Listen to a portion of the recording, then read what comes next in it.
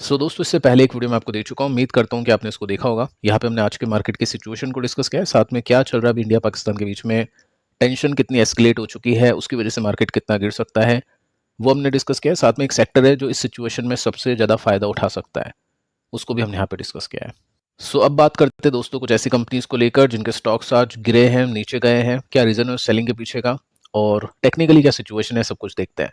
बताना चाहूँगा दोस्तों, इन कंपनीज को लेकर कुछ भी कॉल नहीं है कि आपको इन कंपनीज को खरीदना बेचना है। जस्ट हम एजुकेशनल पर्पस से और जो इन्फॉर्मेशन मुझको मिलती है उसको मैं आपको शेयर करने के हिसाब से वीडियोस बना रहा हूँ। अब देखिए, फर्स्ट कंपनी है VBL वरुण बेवरेजेस लिमिटेड। 5% का फॉल है, तो 5% की गिरावट। कल के दिन भी स्टॉक हमने देखा गिरते हुए, आज भी स्टॉक गिरा है। अब देखिए, कोई पर्टिकुलर न्यूज़ नहीं है इस कंपनी को लेकर अभी के समय। एक सेक्टर है जिसको फूड एंड F&B बोल सकते हैं, फूड एंड बेवरेजेस, उनकी कंपनीज को निशाना आज बनाया है सेलर्स ने। VBL का स्टॉक गिरा है, आगे चल के कुछ और कंपनीज आप देखोगे जो इसी कैटेगरी से बिलोंग करती हैं, उनके स्टॉक्स आज नीचे गए हैं। अब देखिए, जब भी ऐसी सिचुएशन होती है कि मार्केट खराब होता है तो क्या करते हैं, देखो दो तरह के इन्वेस्टर्स होते हैं, एक स्टॉक स्पेसिफिक वाले होते हैं और एक निफ्टी वाले होते हैं। काफ़ी लोग निफ्टी के सपोर्ट को लेकर बाइंग करते हैं और काफ़ी लोग पर्टिकुलर स्टॉक के सपोर्ट को देखकर बाइंग करते हैं। तो दोनों में से आप क्या करते हो, आप कमेंट करके बता सकते हैं। बाकी निफ्टी की सिचुएशन मैं आपको बता चुका हूँ। अब देखिए, अगर कोई स्टॉक अपने सपोर्ट के आसपास है या कोई स्टॉक अपने रेसिस्टेंस पे है, लेकिन निफ्टी अगर गिरता है, ग्लोबल मार्केट या तो वीक है या डोमेस्टिक मार्केट अपना वीक है, तो टोटल मार्केट अगर गिरता है तो वो स्टॉक भी गिरेगा, चांसेस काफ़ी हाई है। कुछ कंपनीज के स्टॉक ज़्यादा गिरेंगे, कुछ कंपनीज के स्टॉक कम गिरेंगे। तो जब भी इस तरह की टेंशन होती है जो अभी चल रही है, तो मार्केट में इन्वेस्टर ज़्यादा फोकस निफ्टी में रखते हैं, क्योंकि अगर मार्केट वीक है तो बाकी कंपनीज के ऊपर भी इसका इम्पैक्ट पड़ेगा। डेफिनेटली जो भी कंपनीज अच्छे नंबर्स दे चुकी है, एक्सपेक्टेशंस बीट कर चुकी है, उनके स्टॉक शायद कम गिरे या रिकवरी पहले आए, लेकिन प्रेशर उनमें पड़ता है। अब ऐसी कंपनीज की लिस्ट आपके पास में होनी चाहिए थी या होनी चाहिए। अभी भी काफ़ी सारी कंपनीज के नंबर्स आ रहे हैं, जिनके नंबर्स अच्छे हैं, जिनके नंबर्स खराब है। अगर आपके पोर्टफोलियो में कंपनीज है तो ऑब्वियस आपको याद होगा सबकी अर्निंग्स, किसकी कंपनीज की नंबर्स कैसे आए थे। तो जैसे एग्जाम्पल देके चलते हैं, नेटवेब, उसके नंबर्स अच्छे आए थे तो स्टॉक आउट परफॉर्म भी कर रहा है, गिरता भी कम है। अब VBL के नंबर्स वैसे अच्छे थे बट इन्वेस्टर्स को अच्छे नहीं लगे, तो VBL अभी अंडर परफॉर्म कर रहा है। अब क्या कंपनी में कुछ प्रॉब्लम हो चुकी है क्या कि इसको इन्वेस्टर्स बेचने के लिए कंसीडर कर रहे हैं, उसको पहले देखते हैं, टेक्निकल्स पे आते हैं। देखिए, यहाँ पे वैल्यूएशन अगर आप देखोगे ना तो अभी 59 का मीडियन है और 59 पर ही इस कंपनी की वैल्यूएशन यानी P रेशियो है।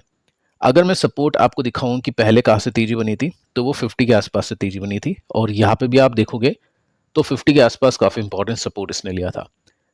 तो हो सकता है वैल्यूएशन थोड़ी सी कंफर्टेबल हो, 50 तक पहुंचे, ये भी एक पॉइंट हम नोट करके चल सकते हैं। लेकिन दोस्तों, कोई कंपनी में इंटरनल प्रॉब्लम नहीं है। जैसी प्रॉफिट की ग्रोथ पहले निकली थी वैसी ग्रोथ अभी नहीं निकल पा रही है, और ऑब्वियस अभी निकलेगी भी नहीं, क्योंकि स्टिंग बार बार लॉन्च नहीं हो रहा है। और पहले जो ग्रोथ कंपनी ने ली 2000 करोड़ से, अब वो 2 का 3 होने में भी काफ़ी टाइम लग रहा है। 2 का 4 6 तो दूर की बात है, 2 का 3, 2000 करोड़ का 3000 होने में भी काफ़ी टाइम लग रहा है। तो काफ़ी टाइम लगेगा, तो ऑब्वियस है उस ग्रोथ की वैल्यूएशन मार्केट लेगा और डिसेंट ग्रोथ वाली वैल्यूएशन मार्केट देगा जो 50-55 के आसपास अच्छी होती है। साथ में अगर आप देखोगे तो FIs भी इसमें बेच रहे हैं। FIs अगर इसमें बाय करे तो डेफिनेटली यहाँ पे तेजी बनने की चांसेस काफ़ी हाई हो गए। तो 25% के स्टेक घट के 22% का हो चुका है। अच्छी बात यह है, कॉन्फिडेंस यहाँ पे ये आता है कि DIS ने स्टेक अपना डबल कर लिया है। 4.5% के स्टेक था जो कि बढ़ के 9% का हो चुका है। तो ये एक बहुत अच्छी बात है इन्वेस्टर्स के लिए। तो कंपनी में देखिए दोस्तों, कोई प्रॉब्लम नहीं है, कंपनी अच्छी है, कंपनी के अंदर कोई ऐसी दिक्कत नहीं है। कंपटीशन है डेफिनेटली, वो सब चलता रहता है, काफ़ी सारी कंपनीज में है, और अभी का मार्केट ऐसा है कि हर कोई सेक्टर, मतलब हर कोई कंपनी किसी भी सेक्टर के अंदर एंट्री कर रही है, चाहे वो रिलायंस हो या बाकी और कंपनीज हो।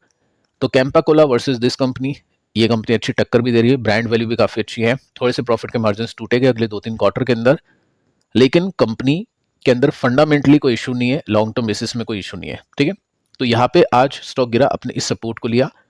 अगला सपोर्ट वो मैं आपको बता ही चुका हूँ कि जब भी मार्केट खराब करेगा, मार्केट अपने अगेन जो प्रीवियस बॉटम पे आएगा, तो स्टॉक्स भी वहां तक पहुंचने की कोशिश करते हैं। तो ये जो लेवल है 4 to 5 का है। ठीक है, तो सीखने के हिसाब से ऐसा कुछ नहीं है कि यहाँ पे आपको वेट करना है, बाय करना है, बेचना है, ऐसा कुछ नहीं है। जस्ट मैं आपको बता रहा हूँ कि सपोर्ट रेसिस्टेंस किस तरह से देखते हैं और मार्केट की जो भी सिचुएशन है उसके हिसाब से स्टॉक किस परफॉर्म करते हैं।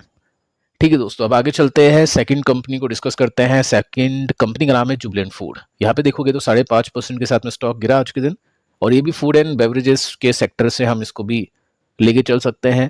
सेक्टर को लेकर कुछ बड़ी न्यूज़ नहीं है, लेकिन चलो ठीक है, कभी कभी सेक्टर रोटेशन होता है, इन्वेस्टर्स एक पर्टिकुलर सेक्टर को टारगेट बनाते हैं, उसको बेचते हैं, और कभी कभी सेक्टर में बाइंग भी होती है। तो यहाँ पे डबल बॉटम हमने देखा बनते हुए, जिसमें हमने ये देखा कि लोअर बॉटम बनना बंद हो गए थे, गिरावट का एंड हुआ था। फिर यहाँ पे होता है रिवर्सल, यहाँ पे ब्रेकआउट होता है, रिवर्सल होता है, और उसी सपोर्ट पर मल्टीपल टाइम्स स्टॉक आया और उसके बाद में तेजी बनी। तो अभी जो सपोर्ट बना हुआ है दोस्तों, वो ये सपोर्ट बना हुआ है, इसके बाद में 20-30% की अच्छी तेजी भी होती है और प्रॉफिट बुकिंग भी होती है। इसको थोड़ा सा डिटेल में देखें तो आपको पता चलेगा कि 600 के आसपास है, 590 के आसपास आप बोल सकते हैं। तो ये सपोर्ट अभी कंपनी के स्टॉक का बना हुआ है, और उसके बाद में 30% की तेजी भी स्टॉक देता है। तो अभी ये पैटर्न के साथ में स्टॉक अभी परफॉर्म कर रहा है। स्विगी 5% की गिरावट है, कल के दिन भी स्टॉक गिरा, आज के दिन भी स्टॉक गिरा, कोई चेंजेस नहीं है पैटर्न के अंदर, स्टॉक अपने पैटर्न को फॉलो कर रहा है, जो कि रेसिस्टेंस टू सपोर्ट है। ये सपोर्ट है यहाँ पे। नंबर्स दोस्तों इसके कल आएंगे 9 मई को, और मैंने आपको बताया था कि नंबर्स देखना काफ़ी इंपॉर्टेंट है, क्योंकि जोमेटो के नंबर्स अच्छे नहीं थे, तो अगर इसके नंबर्स अच्छे नहीं आते हैं तो पिटाई हो सकती है। तो इसी वजह से इन्वेस्टर्स ने आज बेचने की कोशिश की है। देवयानी ये भी फिसला आज के दिन 6% के साथ में, ये भी F&B के सेगमेंट से बिलोंग करती है कंपनी, और इसका भी स्टॉक अभी आज गिरा।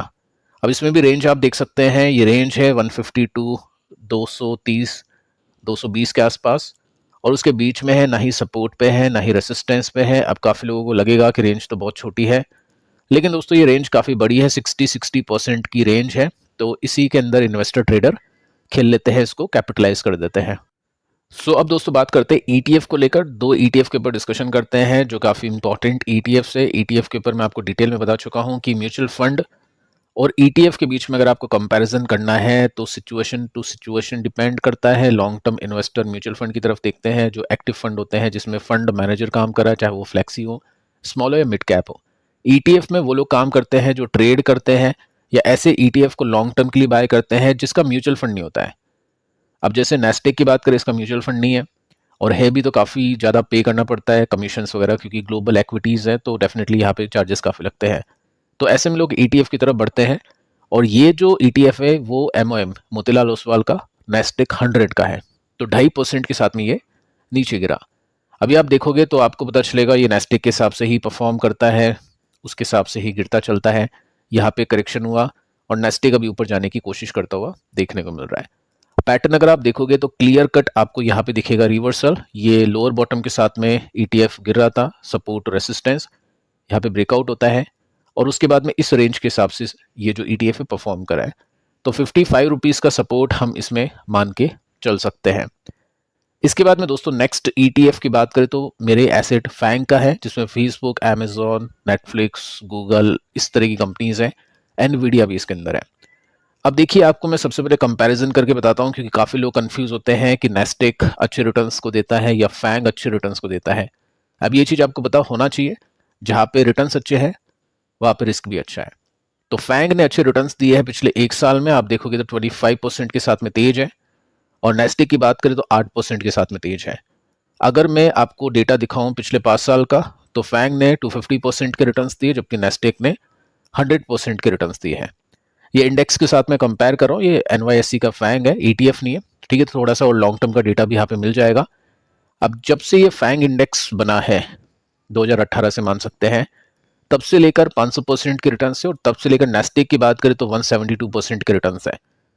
तो नेस्टेक के अंदर रिटर्न्स कम बनते हैं फैंग की कंपैरिजन में, बट फैंग के अंदर इसके भी ज़्यादा होता है अप्स एंड डाउन्स का, ठीक है। तो रिटर्न्स के हिसाब से कोई देखेगा वो फैंग को देखेगा, और इसमें सिचुएशन कुछ ऐसी है कि यहाँ पे एक रेंज के अंदर बाउंड था पहले ये ईटीएफ फैंग इंडेक्स, उसके बाद में तेजी बनती है, और ये जो रेसिस्टेंस होता है वही 100 रुपीज़ का सपोर्ट बनता है, और उसके हिसाब से अभी तेजी बन चुकी है, 120 रुपीज़ पर आ चुका है। अगर ऐसा होता है कि ऑल टाइम हाई लेता है तो 30% यहाँ पे गैप देखने को मिलता है। अब ऐसा नहीं कि यहाँ तक पहुंचेगा, आपको इसको बाय करना है, सेल करना है, जस्ट मैं आपको बता रहा हूँ कि किस तरह से आपको देखना होता है जब मार्केट खराब हो। इंडेक्स हम बोल सकते हैं, ईटीएफ हम बोल सकते हैं, और स्टॉक्स हम बोल सकते हैं। ऐसा कुछ नहीं है डेली बेसिस पे बाइंग करते हैं इन्वेस्टर, या डेली बेसिस पे कुछ करना ही चाहिए। पिछले वीडियो में दोस्तों मैं आपको बता चुका हूं कि किस तरह से ऐसी सिचुएशन में इन्वेस्टर्स अपने कैश को होल्ड भी कर लेते हैं। तो अगर आपने ये पिछला वीडियो देखा नहीं है तो आप इसको भी जरूर से देख लेना। मिलते हैं नेक्स्ट वीडियो में, तब तक के लिए बाय बाय।